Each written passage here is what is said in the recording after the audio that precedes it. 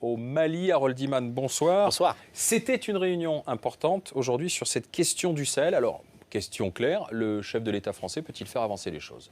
Tout à fait, c'était un peu la star de cette intervention qui a eu lieu en parallèle de ce que nous voyons, les déclarations devant l'Assemblée générale. Il y a des salons parallèles où on fait d'autres réunions. Et donc, dans celle-ci, le président est venu et il a dit ce que vous venez de dire, que la France voudrait qu'il y ait donc une intervention militaire menée par les Africains et qui aurait pour but de poussé hors du Mali,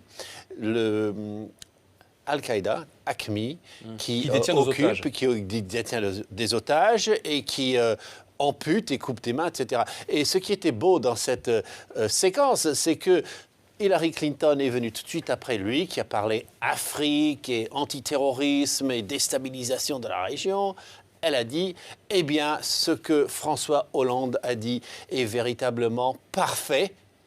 Voilà, elle a fait une grosse accolade à François Hollande et puis elle a rajouté que les États-Unis, dans l'avenir, feraient tout pour éviter que Al-Qaïda séduise les jeunes dans toute cette région du monde. D'accord, mais quel est le plan ? Est-ce que c'est une action militaire, une action commando ? De quoi est-il question ? Alors, je m'en réfère au Premier ministre du Mali, Modibo Diarra. Il est passé assez rapidement et il a parlé beaucoup plus crûment que tous les autres aujourd'hui dans cette salle spéciale.